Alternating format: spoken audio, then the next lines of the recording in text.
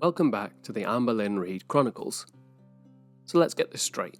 Beck is spilling tea about how Amber was a controlling, emotionally abusive nightmare, and suddenly Amber's reviving the FBI Frank story. We're meant to believe that right now the most pressing matter in Amber's life is some bizarre non-story, instead of addressing what's actually happening. We've seen this a lot of times. Exposes herself for lying, health emergency. Backlash for behaviour, time to reminisce about trauma. Receipt drops on a mistreatment of a partner? Oh no, let's pivot to a fake-sounding FBI investigation. It's transparent. She's desperate to change the subject. The timing couldn't have been more convenient if she'd written it into her content calendar, but I don't think she plans that far ahead. We all know the whole FBI Frank story, and it's been sketchy from the start, and this rehash only makes it worse. She's lost the threatening comment, no screenshots, no proof, nothing. Just a vague memory of a scary comment. And then the FBI didn't know where she lived. So they had the IP address of some random person, but not her address. And the FBI, the Federal Bureau of Investigation, had to track her down through her ex's family. If that doesn't scream plot hole, I don't know what does. And why would the FBI contact a YouTuber directly about a random comment? Law enforcement doesn't operate like this. The FBI doesn't just casually reach out to civilians over an online threat and have a full one-on-one chit-chat. There are local authorities for that. The entire premise makes it sound like she thinks the FBI is like her personal bodyguard team. And then, of course, there was the infamous compliment moment. FBI Frank was just so impressed with her following, he couldn't help but flatter her mid-investigation. She even tries to explain away why people always seem to compliment her career. Because of course that happens all the time, everywhere. She can't tell a story without inserting some unnecessary ego boost for herself. It's not even badly written fiction, it's just lazy. In the same breath that she's saying, anyway the FBI was investigating threats to my life, I thought I was going to prison, my anxiety was at an all-time high and my safety was compromised, she's also saying, oh my god, this rice noodles is just so good, you guys. She can't tell a story without derailing herself over food. It's national security drama meets cooking vlog. I'm fascinated by her ability to shrug off a life or death situation for a bite of food. But let's be real. She's just interested in romanticising her mukbang era again. I think she's low-key testing the waters for a return to full-blown binge content. The way she wistfully reminisces about mukbangs, talking about how much easier they were and how fun they used to be. She's begging us to let her bring them back. We all know where it's going. For someone who constantly complains about being trolled and harassed, she does love to ignore her own behaviour. She's openly mocked people's appearances. She's encouraged her audience to mass report critics.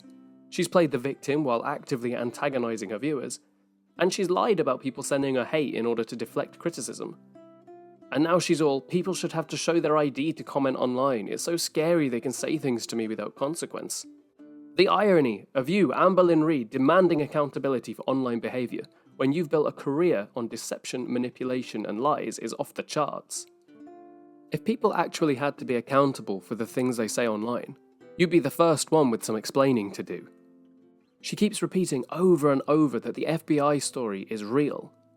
Do you know who insists their story is true before anyone even questions it? Liars. If you have to keep saying, it really happened, I swear, chances are it didn't happen the way you're telling it. The dramatics, the inconsistencies, it all reads like someone who fabricated just enough of a half-truth to make it seem believable, but then had to fill in the gaps later when people started poking holes in it. And let's be honest, this is Amberlynn Reid. She's lied about far less significant things. So you expect me to believe that this story is airtight? Please. So after nearly 20 minutes of her rambling, what did we learn? Her story has an infinite number of holes. She still can't resist inserting a flex about her following. She's itching to bring back mukbangs. She thinks the FBI is her personal security guard. And this was all a convenient distraction from the real scandal happening. Nothing about this added any credibility to her story. If anything, it made it even more suspect. And let's be real, the FBI Frank saga is nothing more than a flimsy smokescreen, hastily thrown together to distract from the actual scandal brewing around her. It follows her classic deflection formula that I mentioned in the last video. When the heat gets too intense, she manufactures a crisis to shift focus. This time, we're being served the same lukewarm plate of FBI-flavoured nonsense, seasoned with contradictions, convenient memory lapses, and a signature brand of self-importance. And the most hilarious part is no one was even talking about this story anymore. She brought it back herself, as if she suddenly felt the need to clear the air. Why? Because she needed a different conversation happening around her. She knows people will pick apart the ridiculousness of her claims, which means less time spent dissecting the actual proof that Beck is dropping about her manipulative and abusive behaviour. Her entire video was nothing. It was a meandering, pointless, ego-stroking tale that she didn't even take seriously. It didn't clarify anything, it didn't provide any proof, and it didn't need to exist. But that's the point. She doesn't need the truth. She needs the noise.